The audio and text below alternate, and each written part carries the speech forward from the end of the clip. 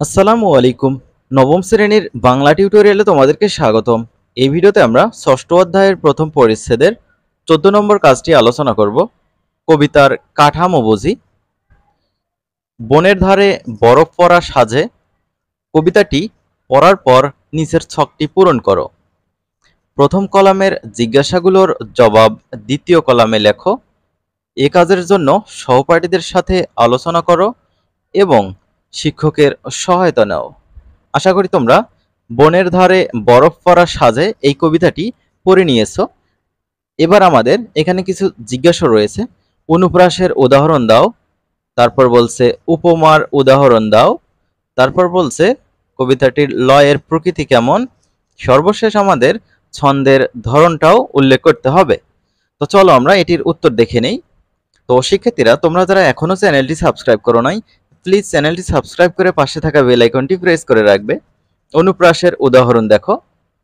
অনুপ্রাস দুই প্রকার, একটা অন্তমিল অনুপ্রাস আর একটা পুনরাবৃত্তি অনুপ্রাস। অন্তমিল অনুপ্রাস কার তার, তারপর সাঝে মাঝে, আমার খামার, নিচু কিছু ইত্যাদি আরো থাকতে পারে। এখানে একটা, দুইটা, তিনটা, চারটা উদাহরণ দেওয়া হয়েছে। আবার পুনরাবৃত্তি অনুপ্রাসের দুইটা উদাহরণ দেওয়া হয়েছে। এমন সুন্দর বন গহন, কি ঘন। তারপর 2 নম্বর লেখা হয়েছে যে জানলো না থেমে আজ এখানে এখন। এখন দেখো উপমার উদাহরণ দেওয়া হয়েছে। তো শিক্ষার্থীরা, দুর্ভাগ্যবশত এই কবিতায় কোনো উপমাই ব্যবহার করা হয়নি। দেখো, বনের ধারে বরফ পরা সাজে কবিতায় উপমার ব্যবহার হয়নি। লয়ের প্রকৃতি কেমন, বনের ধারে বরফ পরা সাজে কবিতাটির লয় ধীরগতির, অর্থাৎ ধীরে পড়লে শুনতে ভালো লাগে। ছন্দের ধরন কেমন, কবিতাটি একটি সমিল কবিতা, প্রতিজোড়া চরণের শেষে মিল আছে।